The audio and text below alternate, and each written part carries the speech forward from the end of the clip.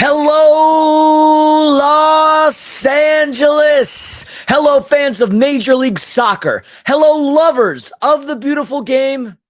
And of course, hello to the millions and millions of Defenders of the Bank listeners. This is episode 251. Ooh wee, what a mother smurfing day. We are currently coming to you live, at least I am, live and alive from world-famous Philomonster Studios. I am the platinum-colored hair flamingo. My name is Christian Philly Philemon. And joining me, a mere 33 or so miles away, which in LA, that means 2 days worth of driving, the mouth of the South Bay himself, J.R. Liebert.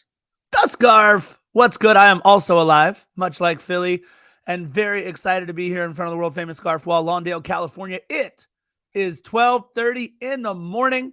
It is no longer game day. It's the morning after game day. Jeez. Game day was 33 minutes ago.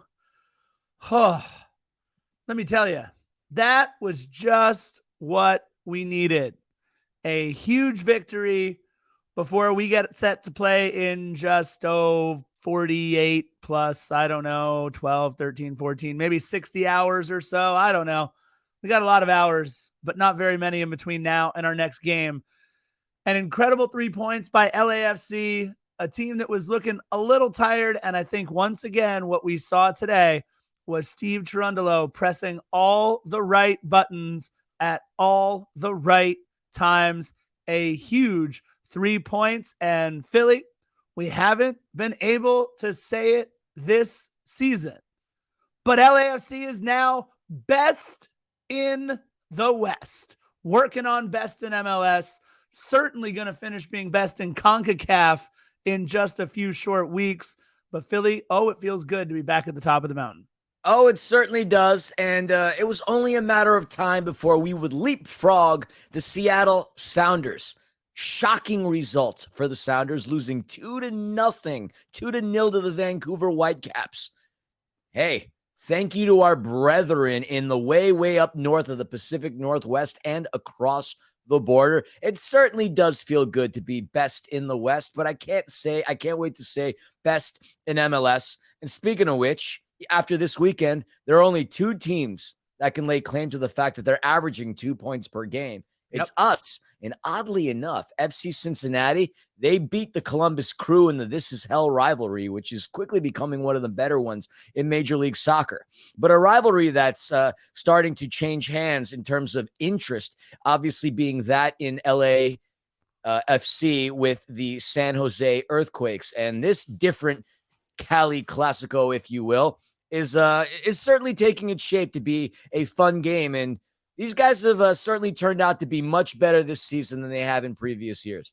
Absolutely. Look, we just want to remind everybody, first and foremost, top of the episode, of course, Defenders of the Bank is sponsored by Flex Power Tools, flexpowertools.com. Head on over to flexpowertools.com for all your power tool needs. But you should also head on over to Lowe's in Hawthorne on Thursday, May 25th. We have a meet and greet with none other than Ryan Hollingshead. Come hang out. Ryan Hollingshead, he is such a nice guy. This is our third meet and greet with Ryan Hollingshead at these Lowe's events. And he has stopped and said hi and spoke with and will take pictures with and hang out with everybody who comes to the event. Ryan is such a good dude. Again, that is Thursday, May 25th at the Lowe's in Hawthorne, which is great for me. Not so great for you, bud. Yeah, I'm waiting for the time that we get to do a Lowe's event, like right around the corner from my joint. It'd be nice to walk to one of these events rather than drive constantly to the South Bay. But all that means is I get to see you and hang out with you. So there's your silver lining, if you will. We get to have dinner. It's going to be fun. We're going to go to Lowe's. We're going to hang out with Ryan Hollingshead. We're going to see our good friends over at Flex, and then we'll go to dinner. It'll be great. It'll be nice. Perfect. Where are we going? I have no idea yet. We'll see. Oh, it'll be good. Maybe we can get sushi or ramen or something yummy. Sounds good to me. Love it. We'll table this conversation till next week. Right. Just want to remind everybody that the Mauricio Facio Futsal Court fundraising effort is underway.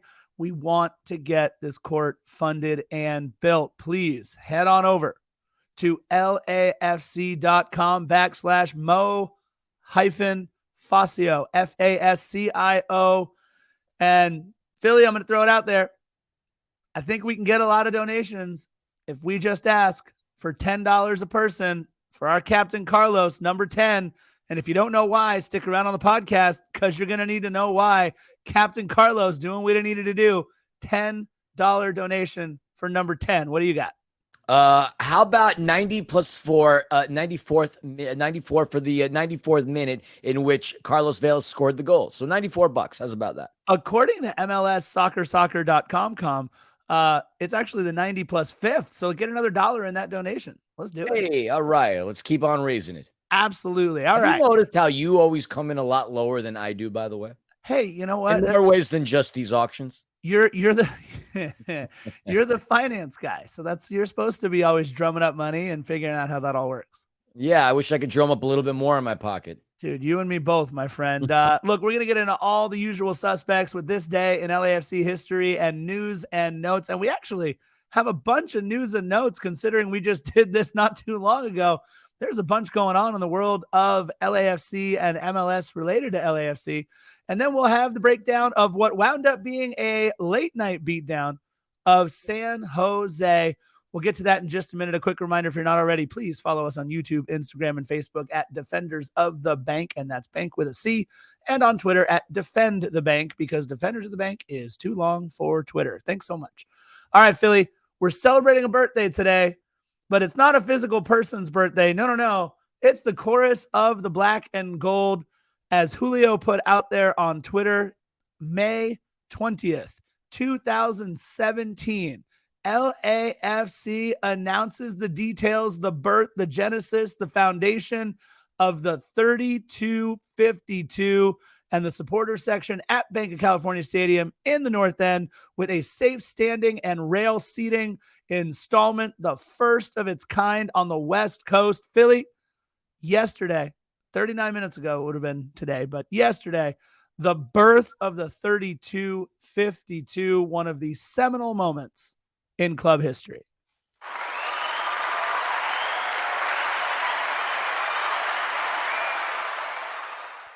It's hard to believe that was only 6 years ago.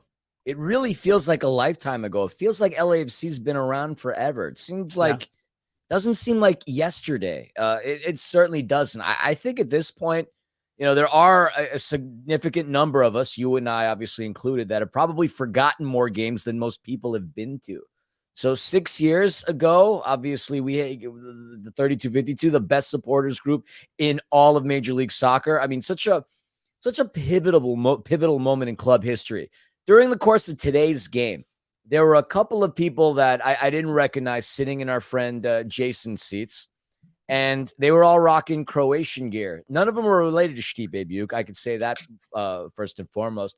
But the couple of the girls that were sitting directly in front of me, they were in utter awe of what they were seeing. And I can kind of briefly hear their conversation in between taking notes about how do they do this? How do they do that? How do they have so much energy? Do they do this all game long? They were in awe of the entire show. I think they spent more time watching the North End than they did the game. And that's a testament to how far this supporters group has gotten, where people come in for the first time and they're mesmerized by what they see in the North End, to the point where they delay the focus on what was supposed to be, which is the match in front of them. They're focused more on the energy and everything going on within the North End. So happy birthday to everybody that was a part of that. You and I are obviously paying members of the 3252, but we have no direct correlation to starting any of it. We do know a lot of people that did, and God bless you all. You've created something unbelievably fantastic. And as supporters of this club, we are certainly proud to call you our supporters group and to be part of you as well.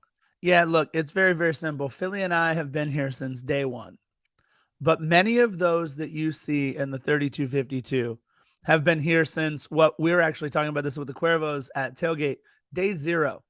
We're talking about the foundation of the supporters groups, the foundation of the 3252. That all happened well before kickoff against Seattle up in Seattle in 2018. There were years of work behind the scenes. No focus groups, None of that BS. No. No one got paid. This was a bunch of people who got together and wanted to create something unlike North America, at least the United States, had seen in any supporters culture supporter section before, to redefine what it meant to have home support, away support, all of that. Those are day zeros that we're doing that. And they're still there. They're still supporting our club. Happy birthday to the 3252. And again, you set the standard and you keep raising the bar each and every year. I got one more this day in LAFC history real quick, because it's now the 21st. So I figured I might as well find something for the day that we are recording on. And it is it's a pretty cool one. I like this one. May 21st, 2018, the first 5 LAFC players were named to World Cup provisional rosters. We had obviously only been around for a couple of months, but we got to claim 5 players on provisional rosters. Not all of them would go on to play in the World Cup, but Laurent Simon for Belgium, Steven Beitashour for Iran, Omar Gaber for Egypt, Marco Ureña for Costa Rica, and of course, Carlos Vela for Mexico.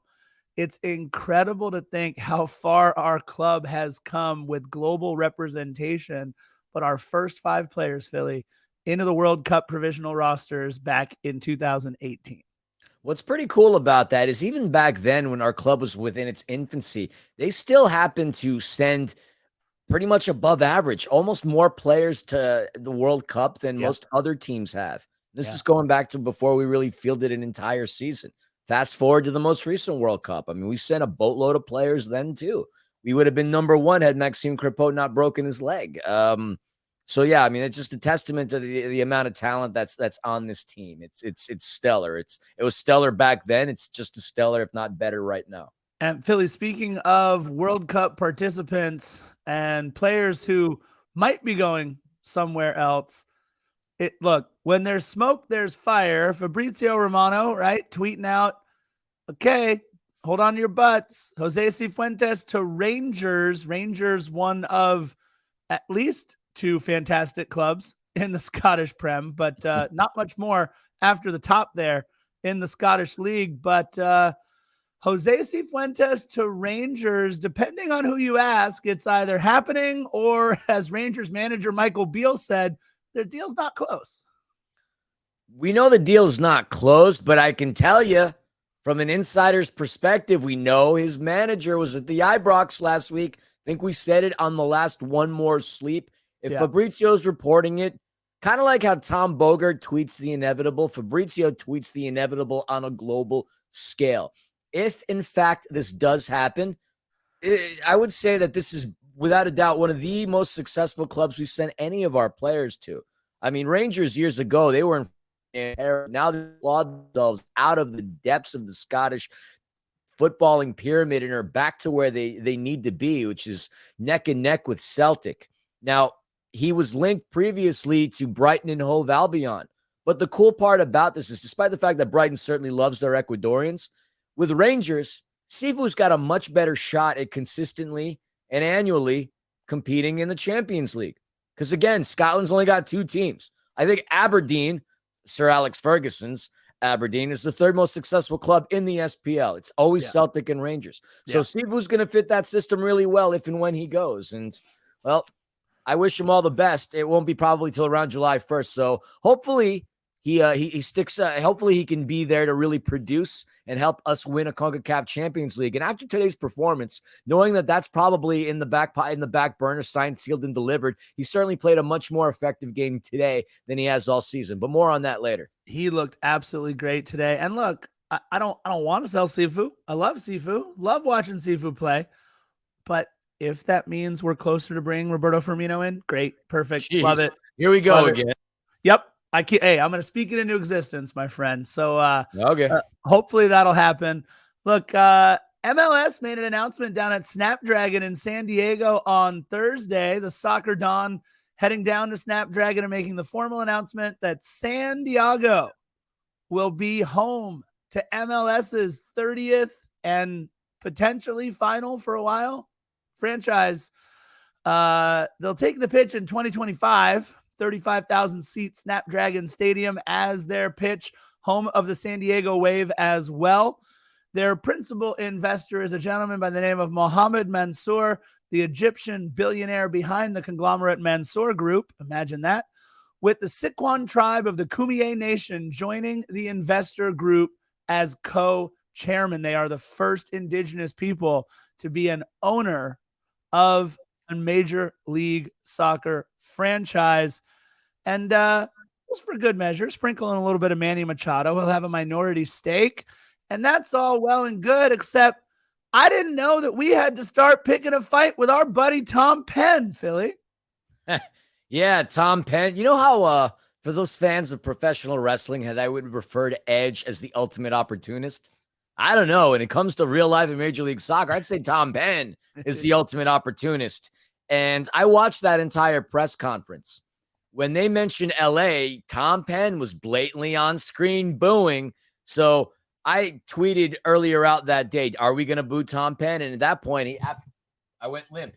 Sorry, I went limp for a second. We absolutely will boo the heck out of Tom Penn. And it's going to be rather ferocious since he's representing San Diego. Now, you remember during MLS Cup when we actually had the opportunity to chat with Don Garber in the Founders Club. I think we hinted at the fact that we wanted Vegas. And he kind of smiled. And it almost was Vegas, I think, had the owner of the Knights not decided to pull out and buy Bournemouth instead. So needless to say, Chargers FC was born, San Diego Loyal 2.0. And I know you have your little names for this supposed rivalry that's about to start, but I just think we should just call it the Who's Your Padre series. Yeah, I mean, too much of a San Diego influence on the Padre, that's for sure. Well, I think, but with LA winning consistently, I think it's like a way to stick it to them. Like, who's your Padre? I think that's great, especially when we welcome them into MLS by thrashing them. Look, it's going to be real interesting. Obviously, there's a lot of good football, a lot of good soccer being played down in San Diego with the Loyal, and it's be interesting to see how all of that coexists. But I've already said it. I'm throwing out two different names out there. It's either going to be the Surfliner Showdown or the Coastal Classico. I kind of like Coastal Classico more than the Surfliner Showdown. I don't know why. It sounds a little more highbrow, but I do like lowbrow Surfliner Showdown. I don't know. So.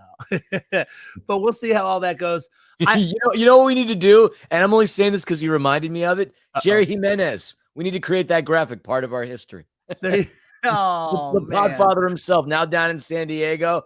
I assume going to be a big part of that organization. Yeah, I mean, we'll see, dude. He's very well connected down there. I would like to hold out hope, Tom Penn, that you were just booing because you were associating it with Carson like you would boo them if you were still somehow in our front office. But when they said LA and you booed, Tom, we saw. We're gonna hold on to that receipt for just a little bit there, Tommy. So I mean, in the words of Daffy Duck, of course you realize this means war. So I had to ask my middle schoolers, Philly, what OVO was, October's very own. I had no idea, but oddly enough, when I looked it up online, I saw the owl, the logo. And then I looked over at one of my middle schoolers and he was wearing a hoodie, a red hoodie with that owl on it. And I was like, dude, Max, come here. What are you wearing? What is that? And he goes, oh, Drake's brand. And I was like, oh man. All right. So in case you weren't already broke, LAFC partnered with Drake co-founded clothing brand OVO, October's very own, to release an expensive collection of apparel, a hoodie, shorts, and a t-shirt were all dropped on Friday, May 19th.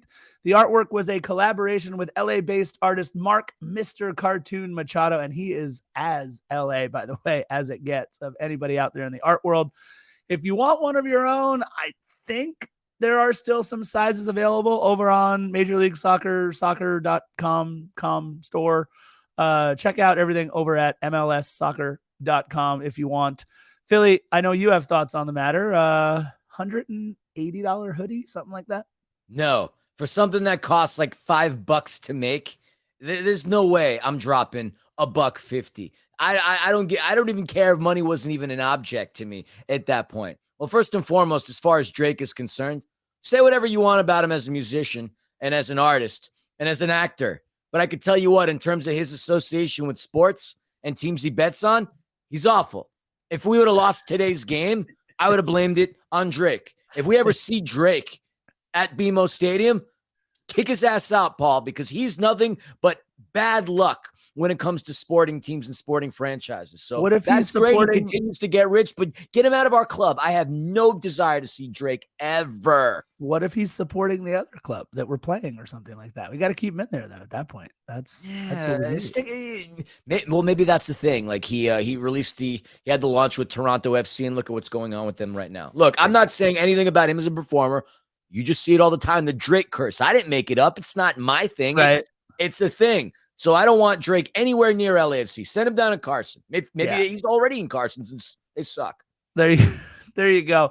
CONCACAF came out with their first ever club rankings. They've never done it before. Came out with their long anticipated club rankings, and everyone was all upset. How is LAFC not number one? Take a deep breath, everybody. A list ranking all the clubs in the CONCACAF region placed LAFC third overall, behind Liga MX sides Monterrey and Club America. Before anyone freaks out, relax. They took into account all play from 2017 on, not 2018 when we started, but 2017, meaning all these teams had 1 year up on LAFC to earn points, and yet still we placed third overall. Cannot wait, Philly, to see where we wind up after we win CCL, beating Leon. In case you were curious, Leon sits at number 7 of all of the clubs in CONCACAF. They've certainly been sitting for a while now. Yeah, right? Philadelphia Union, number 9. Sounders, number 10. And all the way down there, the 14th best club in MLS, according to this, and the 31st club overall in CONCACAF would be one Carson. And the only club inside the top 45 that's not in Liga MX or MLS is CD Olimpia of Honduras. That's pretty cool. We were just chatting about that earlier today. You shed that fact, shed some light on that fact. That's interesting stuff. But like you said, we'll see what happens after the first week of June and next year's rankings and ratings for that matter. So we're number 3 in those rankings, and we're number 10 in the salary rankings. MLS releasing initial salary info. Major League Players Association gave it out for all 29 MLS clubs, and we sit right in the middle of the table at 10th in overall spending with just under $17.5 million in total compensation. And by comparison, the only team who's still on single-digit points so far this season have spent $23.5 million for all 9 of their points. But Philly coming down in price is that Carlos Vela salary, just 3 point. How is he finding a way to make ends meet? Just $3.3 million for Carlos Vela. I mean, for a man of his caliber and his talent, I mean, it's still kind of crazy that he's only making that kind of money. But what's even crazier is the fact that in the top 25 highest paid salaries, our highest paid player is 14th, which is that of Carlos Vela. We don't have any other players in the top 25. And if you look at the players that top the list, they all play for really bad clubs right now. You're looking, Insigne is not the highest paid player in Major League Soccer. Actually, no, hold on. I think he is. No, isn't it Xherdan Shaqiri? Shaqiri is. Yeah.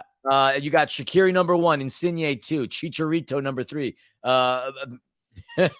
Lorenzo's running partner, Federico, Sebastian Driussi at Atlanta. These are your top 5 highest paid players, and none of them play on teams that have been exceptionally competitive this season. Yeah. Look, by the way, Douglas Costa, number 7. What a piece of a hot, smelling, stinking trash he turned out to be in MLS. Yeah, it is to look at the finances of clubs like Toronto and Carson. There are just some organizations that are dumpster fires right now. We do have 6 players making over $1 million in total compensation. Obviously, Carlos at over 3.3, Denis at just over 2. And then you've got Kellen Acosta, Ilie Sanchez, Aaron Long, and Giorgio Chiellini, all making over $1 million in total compensation. And somehow still making about $500,000 from LAFC is Pancho Janela. But this club is still getting a ton of bang for their buck. J-Mac doing everything that we have asked of him this season. at just over $110,000. I mean, isn't Julian Gaines making just as much, if not as more than J-Mac? Obviously, at this point, like J-Mac's going to command a bigger salary, but that goes to show you how shrewd and clever the front office is to create the roster that they have and to put themselves in out of the top 10 for highest paid, salary teams. Like it's just insane. So kudos to John Thornton and our good buddy Larry Friedman. I mean, doing an excellent job maximizing the potential on this team without having to dole out a lot of money. I mean, that's tremendous. It's also just unimaginable. It's incredible. We have the best front office. Again, we talk about it all the time where we're playing chess when they're playing guess who half the time. So it's a lot of fun. That's our news and notes segment. Let's take a quick look at Angel City. Philly, you, me, and Angel City, along with the North Carolina Courage, all scored the same amount of goals today, except two of those teams had a match. ACFC played to a 0-0 draw on the road at the Courage. The draw sees them drop 2 spots in the table to 9th, but just 2 points out of a playoff spot. Their next match is up in Seattle at OL Reign next Saturday, May 27th. And I mean, shoot, it's Sunday, May 21st already. So today, LAFC 2 takes on Real Monarchs in Salt Lake City. So if you want to check out LAFC 2, head on over to the MLS Season Pass and look at the MLS Next Pro button. Click on that and you get all your LAFC 2 action. Again, that's this Sunday, now, today, if you're listening. If it's not Sunday and you're listening, the game already happened. Sorry. Sunday, May 21st, LAFC at Real Monarchs. Yeah. They don't call you the best color man in the business for nothing. I mean, I got nothing on Angel City, to be completely honest with you. I kind of forgot they played today. So, oops, I got nothing more to say about that. Let your wife hear that. You're going to be in trouble. She's sleeping in the other room. In fact, snoring quite loudly. We made a Taco Bell run at the conclusion of this evening. She had her quesadilla and her big taco, and within 2 minutes, out snoring like crazy. I got the door closed and I could still hear her snoring. And that's okay. I'm going to say this because she's not going to hear it and I'm not going to get in trouble. It's going to be glorious. For all of you out there that are wondering how and why Philly sleeps on the couch so often, because it's comfortable, right? Yes. Keep telling yourself that right there, folks. I want you guys to clip that and send it on over to Panda on Instagram. Bad idea, Clip that, send it on over. It'll be great. It's perfect. It's a no. It's first of all, I couldn't find her name on the internet. I got to do a better job of sleuthing. But look, let's get into the San Jose match.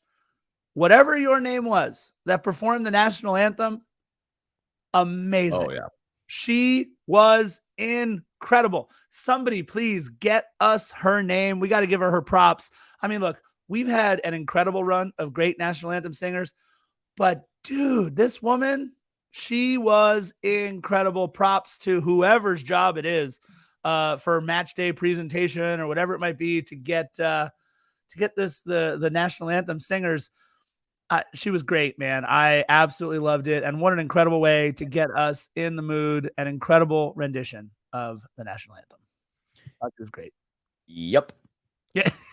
All right. So look, this is an opponent that we know very, very well. We played him 14 days ago, handing us 2 weeks ago today. Yes. Our first loss of the MLS season, 2-1. Obviously, Christian Espinoza and Denis Bouanga trading first half goals, and then an unfortunate foul in the box on Danilo Maldonado fouling Jeremy Abobasi, leading to a scarf goal. Unfortunately, an 83rd minute penalty kick to complete the brace for one Christian Espinoza, and a late penalty kick dooming the road team 2-1. Do we have to really relive this all over again? Well, we're about to, but we're going to turn the tables on San Jose. A late penalty kick dooming the road team 2-1. You say it all the time, Philly, about history bound, doomed to repeat itself. Well, it was revenge season, and all we did was do exactly to them what they did to us 2 weeks ago. I like it. Let's get in the match and let everybody know how today went. If you don't know how today went, then, well, hey, kudos to you for holding off and being able to turn off your notifications to listen to us tell you how today went. But today went quite well. Let's just put it that way. It did. San Jose coming into the match 5-4-3, fifth in the West for 18 points with a 0 goal differential, 16-4, 16 against, and 0 wins on the road. Yeah, 0 wins on the road, undefeated at home. They're kind of like their brethren up in the NBA, the Golden State Warriors. Couldn't figure out what to do on the road, knew exactly what to do at home. Luchi Gonzalez, though, has this club going in the right direction. They have been much more formidable with a change at the top. He is an excellent coach. They run a 4-3-3, but they would be missing their talisman, their catalyst. I know Christian Espinoza is that guy for them. Yeah, he kind of is. He leads the team in goals and assists. I'd say he's their talisman. I hear you, but this club is just different, as we saw today with Cade Cowell off the pitch. In my opinion, Cade Cowell is the guy who creates matchup problems because of his physical attributes and his incredible speed. He's a guy that can get around people, get over the top, really take the lid off of the defense. And it was just very, very clear from minute 1 in this match that without Cade Cowell, who, by the way, is with the U.S. under-20 national team playing in the World Cup, congrats to them on their win against Ecuador today in stoppage time, 1-0. But Cade Cowell, who wasn't even the 18 for that game, right? He is one of the truly special generational talents, I think, in this league. And again, just 19 years old, a massive break for us that there was no Cade Cowell. You know how much I love to watch him play. A bit too much, to the point where I'm wondering if you've got posters of him on your wall. No, but I have a lineup card from you that you brought back for me from San Jose, and he's on that. And I apologize for the wrinkliness of it because it did rain in that part of the world on that given day. But I did manage to scarf one. I did manage to scrounge one for you, scarf. I didn't scarf the game card, no. I appreciate it. Absolutely. Let's get into the 11. JT Marcinkowski in goal. Miguel Trauco, Rodriguez, Jonathan Mensah, and Paul Marie. Every time we play Paul Marie, I just like him less and less, but I think he's more and more talented. I don't know why. Midfielders, Ramiro Montero, Carlos Gruezo, and Jackson Ewell rounding out the midfield, and Benji Kokanovic, Jeremy Ebobisi. We definitely know that guy. And again, I know there's no Cade Cowell, but you mentioned it. The dude is amazing, fantastic, and very, very good all at the same time. Christian Espinoza, who is he still? Yeah, he's still second in the Golden Boot race, I believe, behind one Denny Bwanga. Very, very, very, very, very good player. In the 18, the only players you'll need to know about are Tommy Thompson, Judson, Tanner Beeson, and Useni Buddha. That's the 18 for San Jose. Philly, a rather rotated lineup for the black and gold. Can we just say that Tanner Beeson was in our 18, just for the sake of argument? Because he certainly helped out LAFC a little more than he helped out San Jose today. We'll talk more about that later. As far as our starters are concerned, yes, a very interesting lineup. John McCarthy is back after sitting down the last match. Ryan Hollingshead, Sergei Palencia, Daniel Maldonado, Chiqui Palacios. Midfield, and congratulations on getting his first start at home in front of the 3252 and everybody at Bank of Montreal. Shoot. Stadium. Yep, $5 in the jar. $5 in the jar. It still is Bank of Montreal, but regardless. Congratulations, Eric Dueñas. Oh, man, it's so cool to seeing him start. Ilie Sanchez, Jose Cifuentes, Stipe Buke, Mahala, and Matsi Bogush. Our bench consisting of Eldon Jakubovic, Noah Dollenmeyer, Diego Rosales. We talked about him in length on the last pod. So if you want to learn more about Rosales, tune into the last episode. That would be 250 of Defenders of the Bank. Daniel Crisostomo, back from that lower extremity injury. Hopefully it wasn't his pelvis, would be the pelvis man himself, Julian Gaines. And then rounding out the bench, Carlos Vela, Denny Bwanga, and another young man who's becoming a fan favorite, Nathan Ordaz. That is your LAFC lineup. Dude, you're going through the 18, and the amount of LAFC 2 names on there is just astounding right now. You got Dueñas getting first team minutes. You got Ordaz down there. You got Noah Dollenmeyer, Diego Rosales. I mean, look, I'll say this. The players aren't making a significant impact every single match, but LAFC 2 is paying dividends, in my opinion, a lot quicker than I think we might have thought they would have had to. Beginning with, you mentioned it, getting his first home start. And Philly, we'll have to get into his answer to my question in the press conference at the end of this.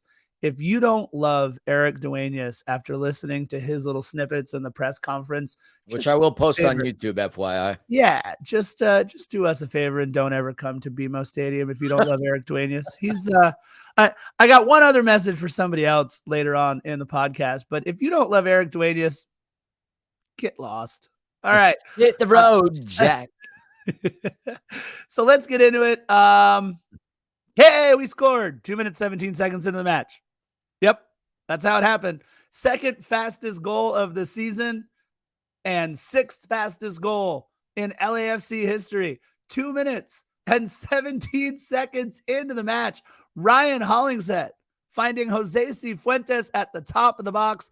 A little push pass to his left to Stipe Buke, who transfers the ball to his right, fires it under JT Marcinkowski, and just like that, before many people even got sat down in their seats with their beverage and their foam finger and whatever else it is that you need when you sit down to cheer on LAFC, bam, just like that, Stipe Buke, the first of his career. Last match, it was Mati Bogusz. Now it's Stipe Buke. LAFC 1-0 after 2 minutes and 17 seconds.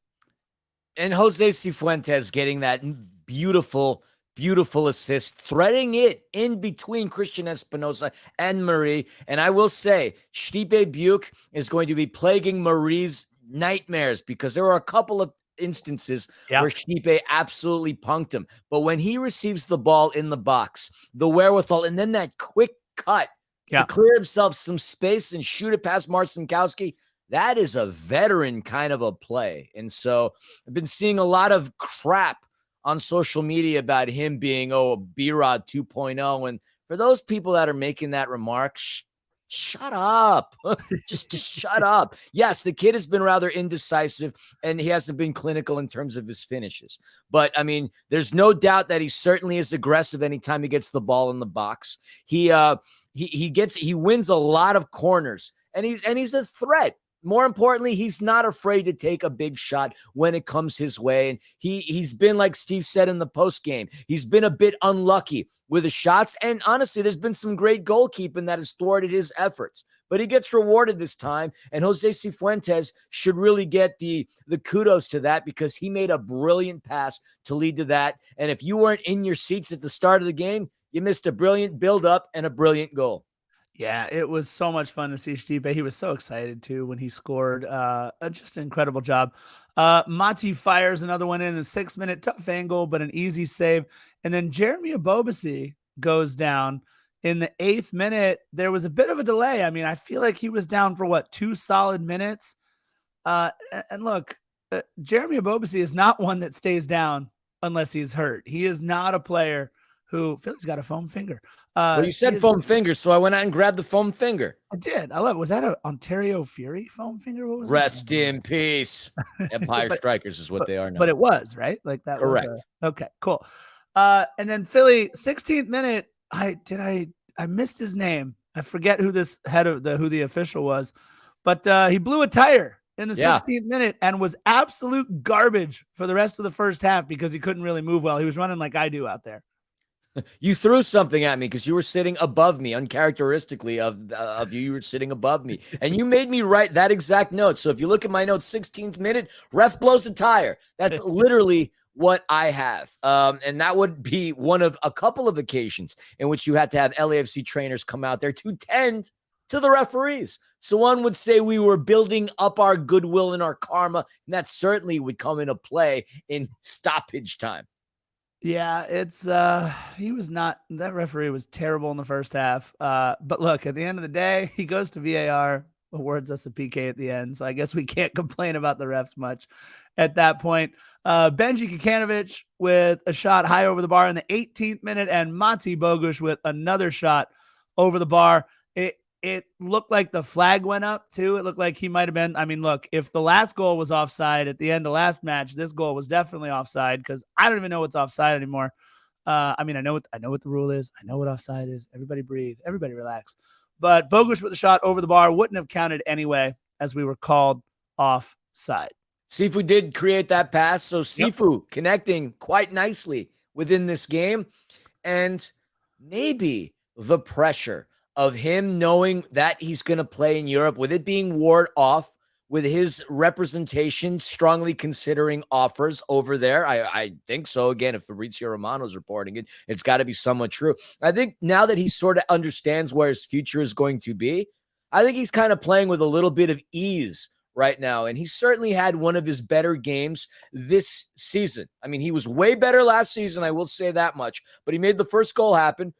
Obviously created the opportunity there. So Jose Cifuentes playing one of his better games. We talked about the ref blowing a tire in the 16th minute. Well, the 22nd minute, that magic spray was back out there to handle the same official twice within a matter of less than 10 minutes. Yeah, look, and real quick, going back to Sifu and what you were saying, his agent is no longer in Scotland because we saw him at the end of the match today. I missed him. I didn't get it. Yeah. He was walking out the same time, just about that we were walking out. Oh, because you went out the other way. Yes. I went out the back door. That's giggity. But yeah, look, here's what I can say: they're working on something, right? That's all we know at this point. But we're gonna miss that dude. Either way, LAFC getting a bunch of corners between the 24th and 25th minute. San Jose getting a corner in the 28th. And then I don't know what we were doing there in the 29th minute, but an awful, awful turnover by LAFC. And then to make it worse, the ref, who couldn't turn and run in the right direction, he just turned and looked in a particular direction, calls a yellow on what looked to be a fairly shoulder-to-shoulder tackle by Daniil Maldonado.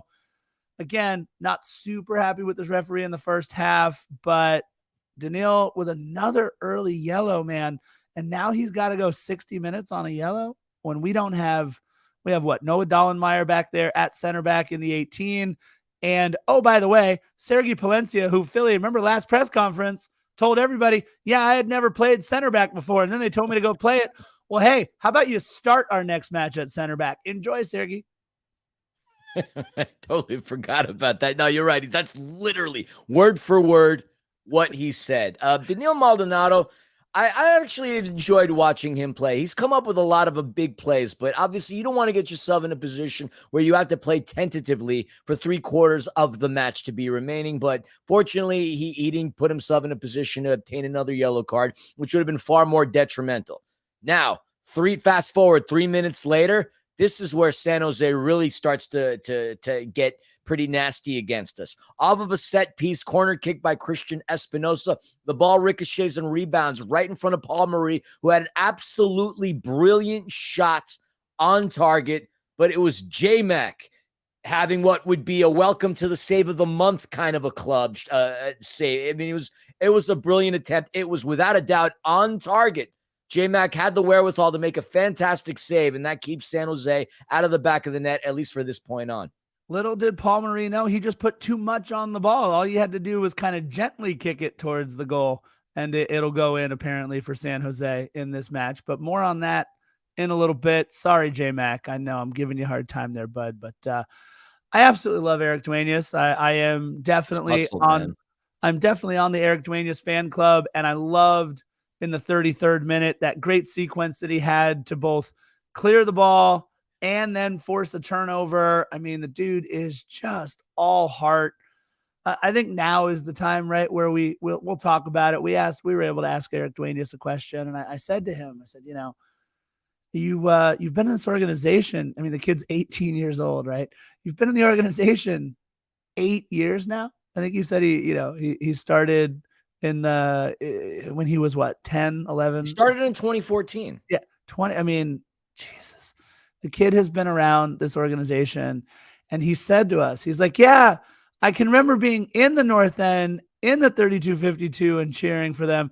And now when I'm playing, I look up at them, and all I thought was, are you like, that is every kid's dream. I just think of all the young women and all the young girls who attend the Angel City matches and are able to see themselves out there on the pitch, and all the young boys who attend the LAFC matches and they're able to see themselves out there on the pitch. Well, Eric Duenas has lived it, man. How cool is that magical story? I love Eric Duenas. That's a great story. I don't know why the hell I said 2014. We weren't even in existence in 2014. A long 12-hour days, so I stand corrected on that. He's been with the club and the organization for a while. But yeah, I mean, he was all over the place, made a lot of nice hustle. There was a play that occurred. It really wasn't anything that would be noteworthy or stat-worthy, just a little something I noticed. Bogusz had a pass in the Mahala at one point, somewhere between the 32nd and the 35th minute. And what I noticed about that, when he received the ball, just his physical ability to play. Like, we have very young, thin, finesse players, and we have had him for a while. Think of the likes of a Diego Rossi, somebody like that. But Bogusz is a tough, sturdy kid where defenders are going to come in and press him real hard, and he's going to push him off, muscle him off. They're going to bounce off of him. I mean, that's what you want out of a player in his position. And again, nothing noteworthy, but when I saw him just making a pass and just hanging onto the ball when he was, getting troubled by a defender, and watching that defender, he stiff-armed him and then he bounced off of him. That's pretty darn cool. I like watching Mati Bogusz do his thing. I mean, when he runs, he looks like a gazelle or a figure skater. He's skating down there, but I love how hard he plays, man. The kid's not afraid to get mixed into things. No, he's a fun one for sure. Look, there's not a lot that happened the rest of the first half. We had 7 minutes stoppage because there were a series of World injuries. Cup all over again. Yeah, there was a series of injuries. I get it. It was a lot of stoppage. But honestly, LAFC kind of owning possession throughout the entire stoppage time. There were, I don't know, a couple of opportunities, but that first half, after we scored, it got kind of boring. I know San Jose was pressing. They did a great job in the middle parts of the first half to really take the air out of the ball, control possession, and then stoppage time rolled around and we took the ball, we controlled possession, had a couple good opportunities. But Philly, we're going into the locker room up 1-0. I don't know if there's anything more that you want to say about this first half, but no, I thought it was a fine performance from a lineup where I think we got the absolute most that we could have out of them for 45 minutes. We were up a goal, and that's all you can ask going in the locker room. Yeah, other than that big save that J-Mac had, yeah. There weren't really too many threatening possessions that I do recall from the San Jose Earthquakes. We had, both teams had 6 shots. LAFC had 2 on target. They maintained possession, but I'd say we came out and had a pretty decent and solid first half. We started out hot, which was great. We had an opportunity where, we could have gone up too, but, needless to say, nothing happens there. But I was really impressed with the play of Jose Cifuentes. His passing was pretty crisp.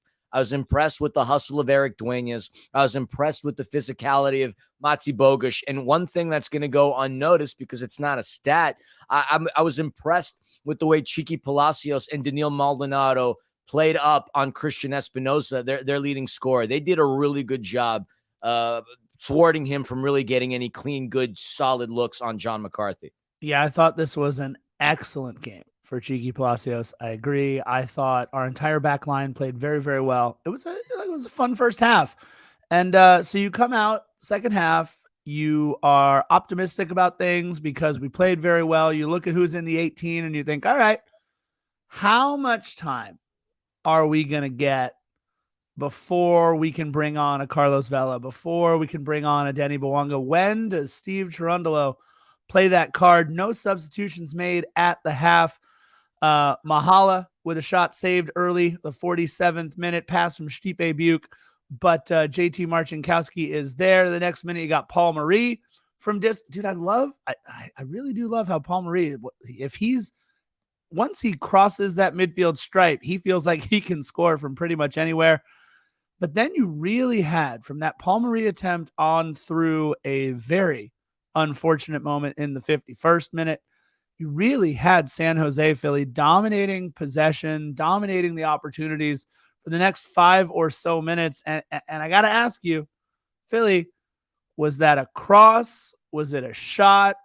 And what the heck was J-Mac doing there in the 51st minute? No, I think that, if you ask me, I think that was just a really lousy played cross. I don't think that was a shot because, I mean, if you looked at his reaction, he seemed stunned that it happened. But the way it happened was even worse. There was a ball that got like lobbed into the air really high, and Eric Dueñas had a really, really bad touch on it. I mean, his bad first touch essentially deflected off into Jeremy Abobasi, who finds, wait, hold on, we're talking the 50th minute, who finds Christian Espinosa, rattled it off the post on that play. That was a scary moment for us, Scarf.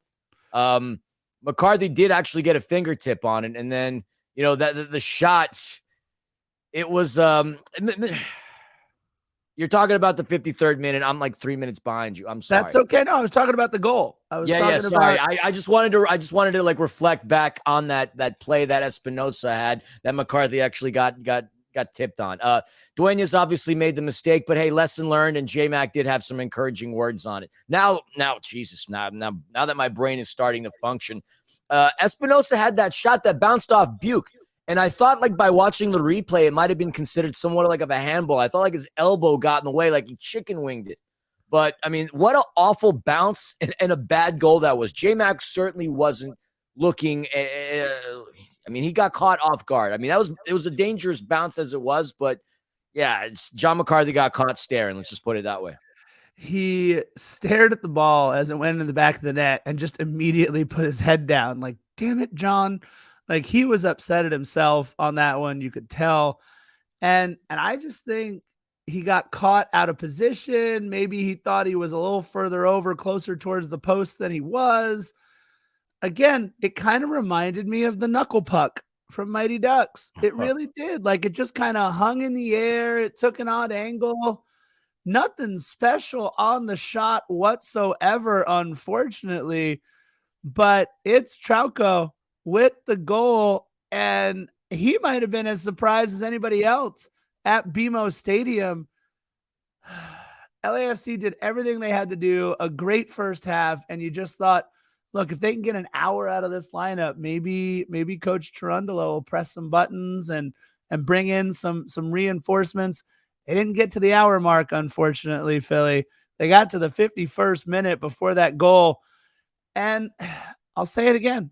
We give up the goal, and then the game gets real boring for quite a while. I mean, look, my personal opinion, Philly, other than the 62nd minute when the boys knew they were coming out, so Mahala and Mati got together, and Mati just shot from just outside the box, was saved nicely. I think the boys looked over and they saw, all right, we got to figure something out here. We're coming out. Let's get a play together. So, they went over, drew it in the sand, called their own play, and Mahala over to Mati Bogusz, and his shot saved. And then Steve Cherundolo, he looks up, he says, all right, all in, pushes his chips in the center of the table. I mean, if these substitutions didn't spark the fear of God in you, as for Luchi Gonzalez and the San Jose Earthquakes, then I don't know what would. At that point, the game is even, played relatively well between the two sides. But now you're subbing in Timothy Tillman. Now you're subbing in Carlos Vela. Now you're subbing in Denis Bouanga. I mean, at this point, it's like, all right, you're the murderer's row. You're about to get murdered. And I'm not going to say they did get murdered, but man, like, I would be terrified of watching this gruesome trio subbing into the game. You knew that it would have to turn the game over on its head. There's no way that LAFC would leave BMO Stadium this evening with just 1 point in a tie when they held off and put the assassins in the 65th minute. Yeah, the only thing you ever worry about, right, is it too late, or do they have enough time to establish their chemistry? But oh wait, it's Denis Bouanga, Timothy Tillman, and Carlos Vela all coming into the match. We're talking world-class talent coming on. And look, no negativity at all for the shifts that Mahalo Opoku, Eric Dueñas, and Mati Bogusz put in. An incredible shift for Eric Dueñas. Loved everything about it. I thought maybe Mahalo was a little disinterested for parts of the match, but he still made the runs. He still brought the energy. And Mati Bogusz had, I think, an excellent match And these are guys where, okay, now we know against top MLS talent. And I think San Jose, we're going to see them end of the year. They're going to be one of the last 4 teams in the West still standing. That's how good I think they are. Well, what we did was we threw the young kids out there and we said, figure it out. Let's make it happen. And they absolutely did. So at the hour mark, just after the hour mark, we got the one move made by Steve Cherundolo. So it's counterpunch time when Tommy Thompson comes on for Benji Kikanovic and Judson coming on for Jackson Ewell. In between that, by the way, really nice sequence between Carlos Vela and Stipe Buke. But unfortunately, his shot saved easily by JT Marcinkowski. But Punkin Marie again, though, with Stipe. Punkin Paul Marie yet again. No, absolutely. Stipe, Paul Marie's a very good player, but he is not going to enjoy watching the highlight reel of that tape. How about the highlight reel pass? Danny Bwanga into the box. Ryan Hollingshead, 68th minute. The header just wide, but immediately you see the fear that Denny Bwanga is able to put in the hearts of their opponents. Carlos Vela said it in the post game today with us in the room about how Danny's just a dangerous player. Anytime he gets the ball, he's dangerous. He makes things happen. And that's true. Anytime he gets the ball, and there's just a highlight reel, just the way he moves, the way he dribbles, the way he evades a defender. I mean, he's such a joy to watch. He's unlike any other player that I recall seeing in the 6 years of this franchise. He's a lot of fun. Speaking of fun, 73rd minute, Jose Cifuentes, again, playing a pretty darn good game, forces a turnover, and he's running on the counter. He's got Denis Bwanga to the left of him. He forces Jonathan Mensah and Rodriguez in. The defense collapses on him, but they do a great job preventing LAFC from taking the lead. Sifu tried to take a shot, but it deflects off of Rodriguez, and JT Marcinkowski's there to make the save. But hey, you got to credit Sifu for causing that turnover. You got to credit him for making that run. Could he have passed it off a bit sooner? Sure, because he attracted 3 defenders his way, and that would have left Denis Bwanga wide open. But play didn't happen. But again, Cifuentes doing big things in this game. Yeah, I mean, look, it's the second half really settled down after we brought on, and then Luchi Gonzalez brings on his couple subs after the 67th. Not a whole lot going on, even through, let's say, the 83rd minute or so. Look, there was a series of corners for LAFC. We couldn't make anything happen on them. Very clear that San Jose, they were putting 7, 8, 9 guys in the box whenever they had to. And then again, I like it. A little counterpunch move again from Luchi Gonzalez, Useni Buddha, and Tanner Beeson, who will come in this the hero of the game in just a little bit. Coming on for Ramiro Montero and Jeremy Ebobisse. I'll say this. Jeremy Ebobisse had a wonderful first half. Did all the things that Jeremy Ebobisse does except put the ball in the back of the net. Most of the second half, Philly, it's going to be weird saying this because it's Jeremy Ebobisse. I forgot he was on the pitch. I mean, he went missing. He absolutely went missing. I mean, to be found where? He wasn't anywhere in there. And thankfully for us, because we know that Jeremy Ebobisse is an LAFC killer. During his tenure with Portland and his early tenure with San Jose, Jeremy Ebobisse was effective at making things happen. Hell, he was effective at making things happen the last time we came around, getting the foul, attracting the foul by Daniel Maldonado. Jeremy Ebobisse is a good player, man. Solid Frenchman. He deserves every bit of praise that he gets and that we give him. But like you said, he disappeared within the second half. When his team needed him the most, he didn't step up. And, well, that's going to be the make or break for a team this talented. Like, if the big players don't step up, things are going to happen. He wasn't there, and then people are going to question where was Christian Espinosa. I mean, he did have a couple of nice shots, but once again, Chiqui Palacios playing tremendous defense on him. I mean, our defense certainly stepped it up against their big players. Clearly, they listened to One More Sleep when I said, hey, be mindful of Christian Espinosa and Jeremy Ebobisse. Because when I mentioned that in the last One More Sleep, nobody paid attention. And Christian Espinosa scored a brace. This time around, they listened. And what happened? We won. Kudos to Philly. Or as I'm calling myself right today, the Philomaniac. One would hope that they don't have to listen to us to know to maybe bottle up those guys. But first of all, we appreciate you guys listening and taking Philly's advice on that last one. Second of all, we got to go back, maybe rewind. I think you called Jeremy Ebobisse a Frenchman. Isn't he French? He's very American. Born in France. Jeremy Abobasi is very American. Yes, but he was born in France. Okay. All right. So that makes him part French. Yeah, he was born in Paris. I know I'm not crazy there. I just double checked. Yes, I know he's American. But okay. I'm just saying. He was born in Paris. I know he was born in Paris, but you know where he went to high school, by the way? Walter Johnson High School in North Bethesda, Maryland. That's kind of neat. Walter Johnson High School. Anyways, this is not a baseball podcast, even though I was talking baseball at the tailgate quite a bit. That was fun. Our buddy Tim, who we got a chance to meet with, said one thing. He said one thing to me. He mentioned how he loves the fact that we talk about other sports during this podcast. We do. Shout out to Tim. Go.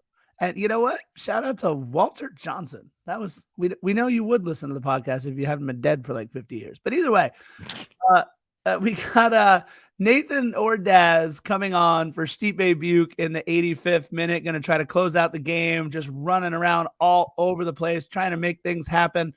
87th minute, I did not like that Cheeky Palacios was a little gimpy as our corner that we earned was caught by JT Marcinkowski. Just something to keep an eye on. If Cheeky's even a little banged up, I don't know. Maybe we sit him down for the Open Cup match against Carson coming up soon. And Judson, man, I said it. I'll just read my note verbatim. It's 2nd down and 8 after the 2-yard run by LAFC, tackled by Judson for a yellow card. I mean, that was an American football tackle right there. And Judson just kind of looks up and runs the other direction like, yep, got him. That was a big yellow. And then Philly, we get into stoppage time, and we've got 4 minutes to find a winner. Funny how stoppage time at the end of the second 45 was way less than that of the first. Now, the very first bit of anxiety-inducing match play, if you will, was when Tommy Thompson connected with Christian Espinosa. He had a very ambitious attempt from outside of the box, and it just missed the target. It really was a beautiful shot that took a really nice bounce, but fortunately for us, it went to J-Mac's left side. I don't know if J-Mac would have made that play had it been on frame, but a really good pass by Espinosa. And then when the game changes in the 90-plus second minute-ish, Ilie Sanchez forces a turnover, finds Carlos Vela as he's driving into the box, and then the player of the game, the man who should have been awarded the 32-52's man of the match, Tanner Beeson. Without a doubt, it caught his hand. They showed it pretty clearly on replay at BMO, and everybody went nuts. And it took, maybe it was because he was still kind of gimpy, but it took that head referee a little too long to call for VAR. But you know what? Better late than never. And imagine that, a late penalty kick. This time for LAFC, we had to endure one in the 83rd minute for Christian Espinosa. But no. This would be awarded, and the captain steps up to the spot. I'll say it out loud because I said it to Nina when we were watching the moment happen. I go, I should feel more confident than I do about Carlos Vela stepping up to take this kick, but an absolutely beautiful goal. Before Carlos even stepped up to it, JT was leaning the wrong way, JT Marcinkowski, and you caught the keeper leaning, so you just put it in the opposite side, and Carlos absolutely nails it. So we're 5 minutes into 4 minutes of stoppage time on the goal, and you got to be thinking that's all over but the shouting. It was all over. It certainly was all over. I mean, yeah, we might have. I mean, there was that one play that Nathan Ordaz almost connected with Denny Bouanga, but Marcinkowski was there to intercept what would have been a brilliant pass and an inevitable goal. But other than that, that's all she wrote. And thankfully, that's all she wrote. Yeah, 3 points that we very much needed just to kind of. I kind of felt like Austin Powers at the end of it. I got my mojo back, baby. Like it just. It was one of those where that was a terrible. I apologize, Mike Myers. We know, even though you're Canadian, you listen to this podcast quite a bit. I appreciate you. Hey. But that was a terrible Austin Powers impression I just did. Sorry about that. But it puts LAFC back up at the top of the table. 25 points from 12 matches, 2 points clear of Seattle. with, by the way, 2 matches in hand on the Sounders. Man, it feels good to be back at the top, Philly. Oh, it certainly does. And we played a good game. I mean, final stats, we had 15 shots to their 14. 6 of our shots were on target to their 3. Led in possession, 57-44. We certainly doubled up on them in terms of set pieces as far as corners are concerned, 15-7. And we were a bit chippier than the Smurfs in this game, obtaining 15 fouls to their 9. But you said it, we're first place.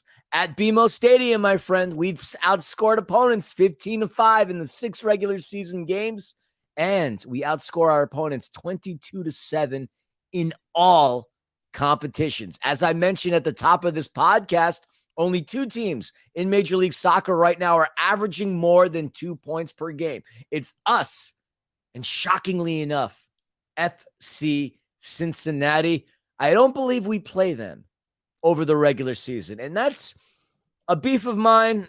Winning a supporter shield is a cool thing, but you got to play everybody, in my opinion. But now that there's 30 teams in Major League Soccer, it is pretty tough to create a schedule in which you're sticking to your conference opponents and then you get to play everybody else. But it certainly feels good to finally say best in the West, on our way to eventually saying best in MLS. Absolutely right.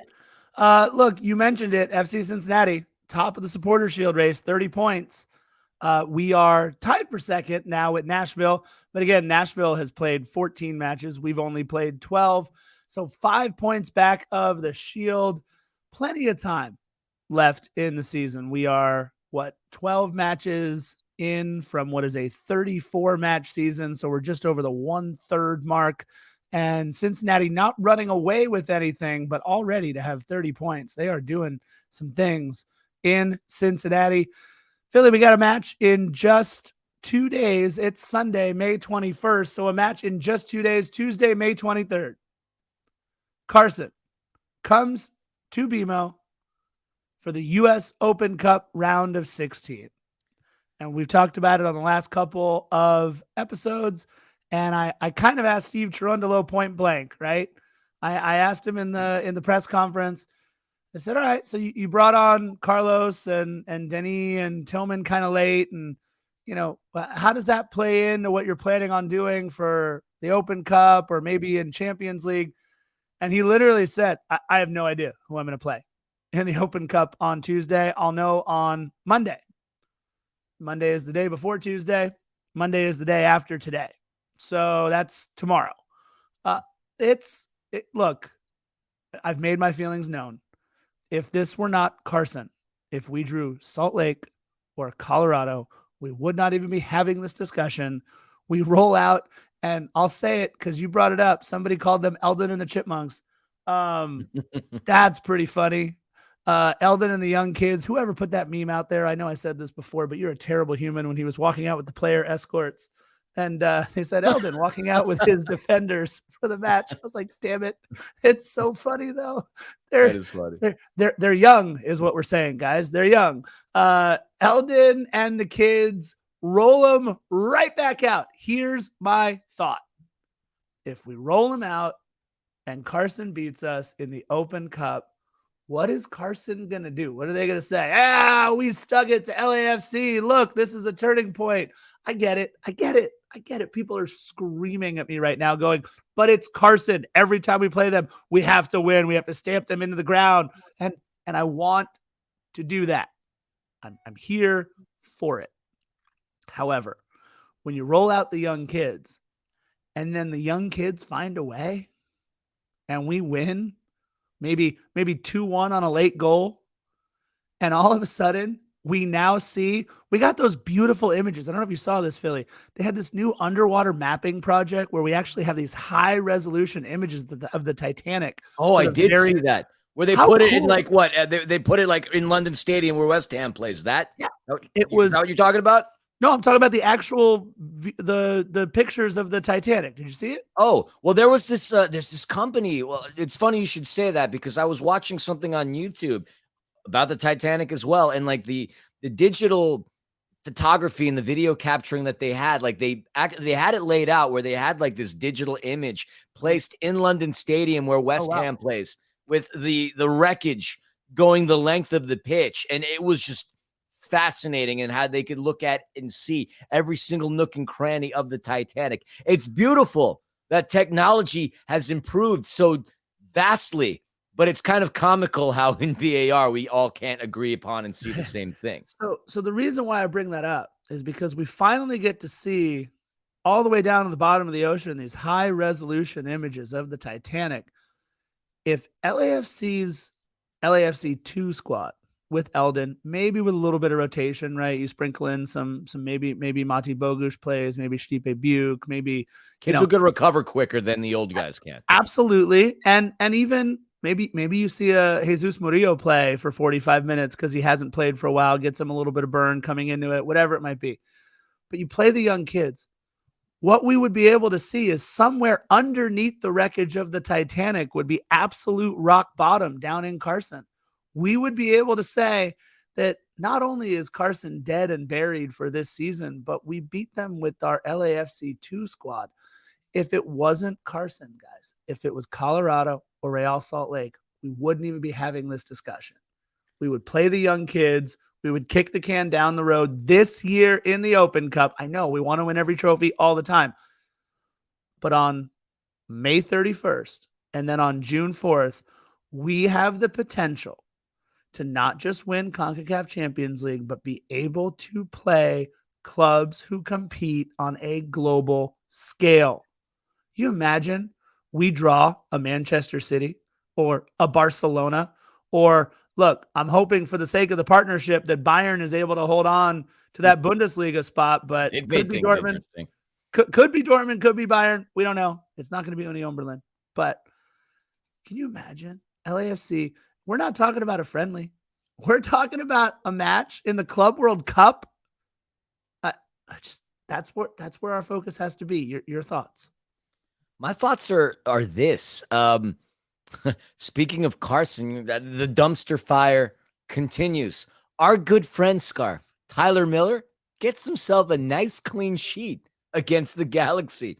3-0 in what was an absolute defensive implosion after like the 70th minute. Right. And coincidentally enough, all of that came by way of Raheem Edwards coming into the match. And then within a span of 10 or 11 minutes, all of a sudden, Carson finds himself down 3-0. What a dumpster fire. Now, I agree with you on a lot of senses.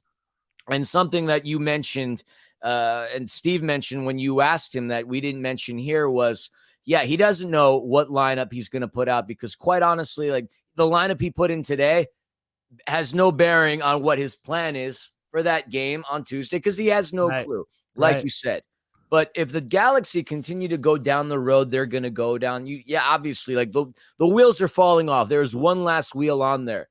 If the players truly want to rid themselves of the system and Greg Vanney, then they will just give up the match to LAFC on Tuesday. We've seen players refuse to play for their coach when times have gotten tough. I don't see any reason why that wouldn't be the case here in this U.S. Open Cup game. Now, it's a perfectly good opportunity for them to turn themselves around and gain a little bit of confidence and a shred of dignity. Because regardless of what happens in the game on Tuesday, it has no bearing on their positioning and ranking within MLS because it's not a regular season game. They're still the leaders, undisputed right now, of that wooden spoon. But if they really want to rid themselves of the horrid coaching and the hard front office that is going on right there, they just bow their heads down and allow LAFC to walk all over them, because at that point, you have to imagine that changes would be made within that coaching staff if LAFC obliterates the Galaxy on Tuesday. Even more so if they obliterate the Galaxy with the Young Bucks sprinkled in with a couple of starters. If that's the case, then Greg Vanney has to go. And if that's what the players and the supporters on that end of the 110 want, that's what needs to happen. So I'm pretty confident one way or another that we're going to win this game on Tuesday. It does matter. It's your biggest rival. And the last thing you want them to do is to lay any claim at anything. You want to leave them dead and buried in a hot, steaming pile of sewage down in Carson, along with the remains of Cosmo, their mascot. We call them the Cosmonauts. I want to see them dead and buried. And Tuesday is the opportunity for LAFC to do that. Half the kids from LAFC 2, the other half starters, go out there and bury them and then focus on Leon. And look, the other good part is, right, we have 8 days off between the Open Cup match, or 8 days in between, I should say, the Open Cup match and the first leg down in Leon. Yes, there will be a little bit of travel, but it's not like Leon is a long flight. I mean, it's just as long to get to Seattle, basically, as it is to get to Leon.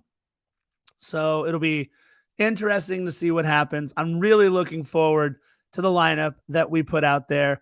And look, if anything, it just means we get to be back at BMO in about 60 some odd hours from now, because your mic keeps doing that thing. It's 1:45 in the morning. Your mic is tired. So are we. Look, we're gonna have an episode for you in just a couple days, recapping our win over Carson in the Open Cup. And then we're going to have another episode for you in just a couple days. Our second part of our Getting to Know series. We did one on Monterey Bay FC. We should have done one on Alajuelense. We did not. We apologize. But we are going to get into the second installation of our Getting to Know series. This one will be all about Leon, our opponent in Mexico, so that you can feel like you know everything you need to know going into watching or attending that match down at Estadio Leon on May 31st. And then, of course, we'll have a full recap of the first leg and a full recap of the second leg and the celebration that will ensue after we bring home CONCACAF Champions League trophy. I love it. Do you have anything else? Because I just have one last thought before we go. I do. Go for it. All right. So, Philly, you and I had an Instagram conversation today with somebody about this hat right here. In case you're just listening and you're not watching on YouTube, I'm holding up is the brand new Pride hat that just came out. It is a fantastic LAFC LA with the wing logo, with both the rainbow colors of what I believe is the Pride flag and the colors of the trans flag. And you and I both saw the hat and fell in love. We're like, oh my God, this is a beautiful hat. Not only is it obviously very well done, but it's also something that's important to us. I'll let you speak on a particular connection that you're going to have for the June 24th Pride match in just a minute. But we had somebody in our comments put out there, yeah, but why did they need to make a Pride hat? And there were a couple of comments that ensued. And the bottom line is this. I'm just going to throw this out there for anybody listening. You don't have to be part of Pride Republic to be a member or an ally of the LGBTQ plus community. But I can tell you this, if you are a person who feels like those people in our community don't belong in our community, I am perfectly fine with you never listening to Defenders of the Bank again. This club and everything around it has said from minute one, we are all inclusive, shoulder to shoulder, block by block, street by street, one by one, not asking you your ethnicity, not asking you your preferences, not asking you your religion. None of it matters. But if the sight of seeing a rainbow LAFC logo is just too much for you, that's okay. We don't want you here. And this is the scarf saying this. If you're not going to be tolerant, at least try to learn tolerance so that the next time that opportunity presents itself, you don't look so intolerant. And also, how do you claim that you've been an LAFC fan since day one and ask that question? We've come out with Pride gear all the time. We are a club that is all are welcome, all inclusive. And like Scarf said, if you don't believe in that, GTFO. And if you really have a problem with that, come find us at the tailgate. Just come find us at the tailgate. There's no place for any kind of hate. There's no place for any of that. If you support the hideous goalkeeper chant, get out of our way. Don't listen to our podcast. I don't give a crap. At this point, we've got hundreds of thousands of downloads. I don't need a hateful person listening to Scarf and I talk about anything. We welcome everybody. The only color that matters, the only thing that matters in this is LAFC in black and gold. I don't care about any of the other stuff. I don't care about your politics. I don't care about your homophobia. I don't want to have any part of any of that. Yeah. All right. So we're all inclusive. All are welcome. And if you feel the other way, get the out. That's that. There you go. You had something else you want to say? Yeah. And on that note, I want to end with a quick reminder, Scarf. And for the millions and millions to remember this as well. We are the trailblazing, MLS Cup raising, always competing, Smurf stew eating, goal scoring, rip roaring, styling and smiling, black and gold wearing, hate on us because you can't stop swearing, defending champions of this league and CCL finalists, and don't you forget it. And you know how we like $10 episodes. Bye-bye. Bye-bye. Outro.